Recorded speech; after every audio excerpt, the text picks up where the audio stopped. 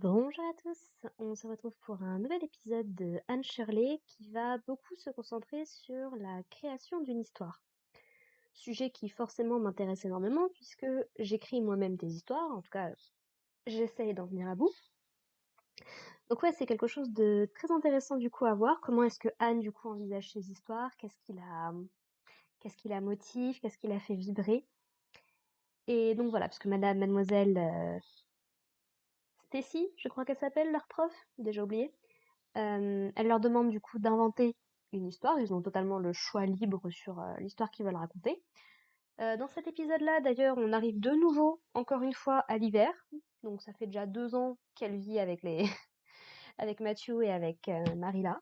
Et elle souffle tout juste sa 13e bougie. Ce qui veut dire que Gilbert, ayant 2 ans de plus, doit avoir à peu près 15 ans. Quelque chose comme ça.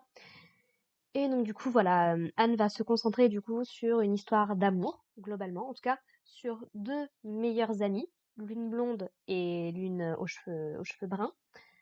Diana va lui faire remarquer que son héroïne du coup devrait avoir les cheveux roux. Mais encore une fois, du coup, le complexe qu'a Anne par rapport à la couleur de ses cheveux revient sur le tapis. Elle dit non, non, les roux ça n'existe pas dans mes histoires. C'est du blond ou des cheveux noirs, c'est tout. Donc du coup voilà, ce sont deux meilleures amies mais qui vont s'entre-déchirer pour l'amour d'un homme, puisque donc c'est l'héroïne s'appelle Géraldine, et je crois que c'est tout ce que j'ai retenu.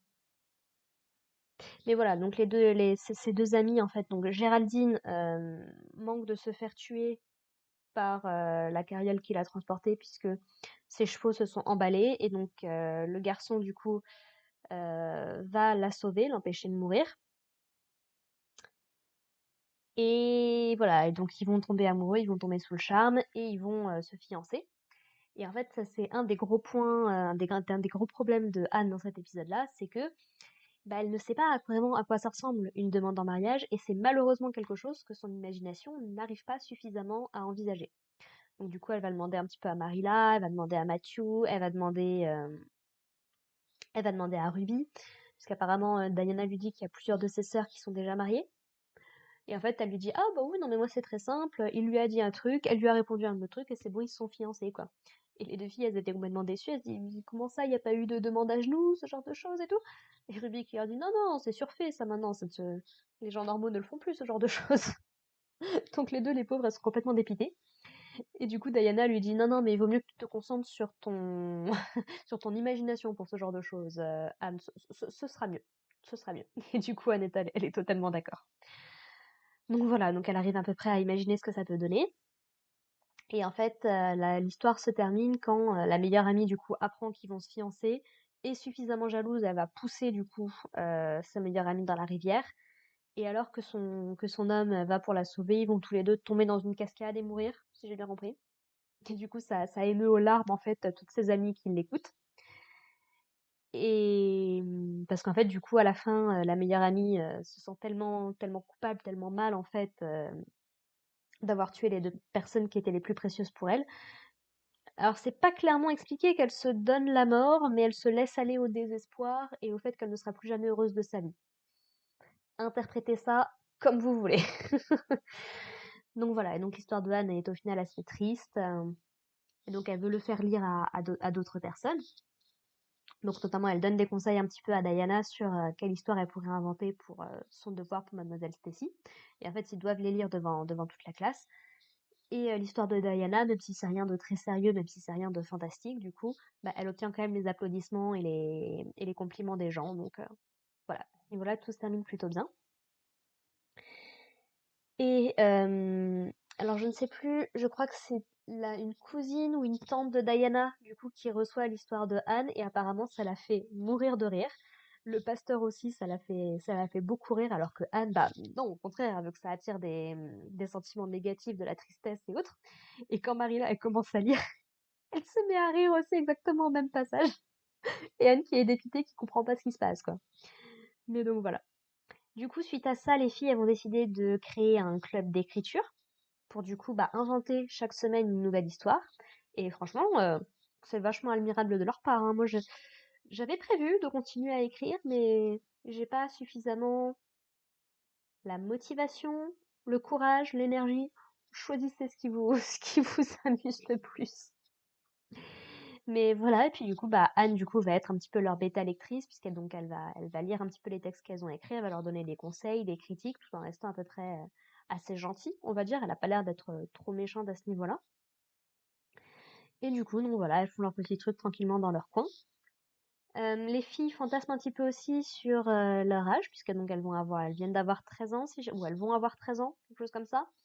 Et donc il y a Diana qui parle plus que 2 ans avant de pouvoir faire mon premier chignon.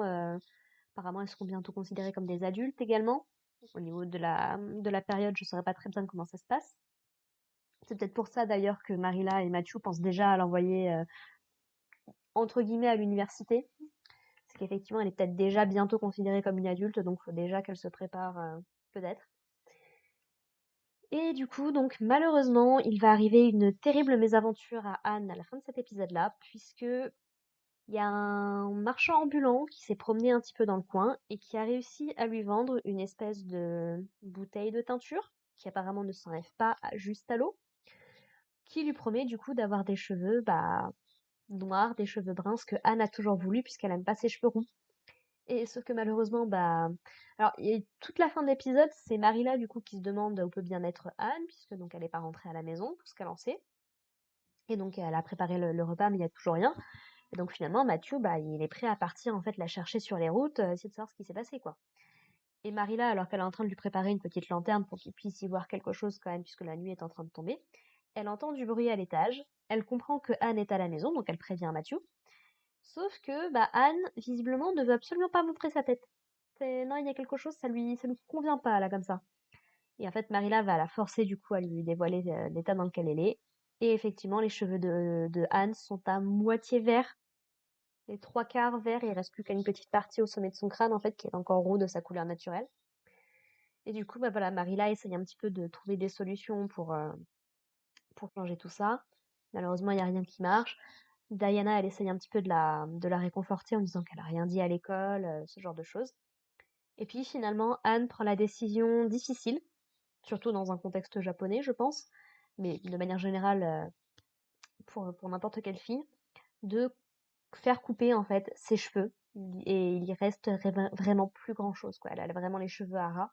Ce qui est vraiment dommage parce que vraiment ses cheveux longs, bon, autant les tresses c'est son style classique, mais je la préfère vraiment avec les cheveux détachés. Et là du coup, je dirais que les cheveux courts lui vont pas si mal, surtout vu la situation, mais c'est vrai que ça fait un petit peu mal au cœur quoi. C'est moi mes cheveux, j'essaie de les garder le plus long possible là maintenant parce que les cheveux courts, j'avais essayé une fois, sauf que j'ai essayé ça juste avant l'été et le problème c'est qu'il a fait tellement chaud, je pouvais pas m'attacher les cheveux avec les cheveux qui étaient trop courts. Je préfère les avoir longs, au moins comme ça tu peux faire deux trois trucs, tu peux te débrouiller quoi. Et du coup donc Anne finit par retourner à l'école malgré sa honte. Ses amis essayent un petit peu de savoir ce qui s'est passé, mais voilà, elle reste forte, elle ne dit rien et puis l'épisode se termine comme ça. Voilà, voilà. Je n'ai pas grand-chose à dire de plus sur cet épisode. Il était, ma foi, bien sympathique. Encore une fois, c'est dans l'ambiance de la série, c'est du slice of life, et puis ça fait juste du bien, en fait, d'avoir un petit truc tranquille comme ça. Donc, voilà, voilà. Sur ce, écoutez, je vous propose qu'on se retrouve la semaine prochaine pour parler de l'épisode 7, du coup. N'hésitez pas à me dire ce que vous en avez pensé dans les commentaires. Et puis, en attendant, portez-vous bien. Allez, bye les gens.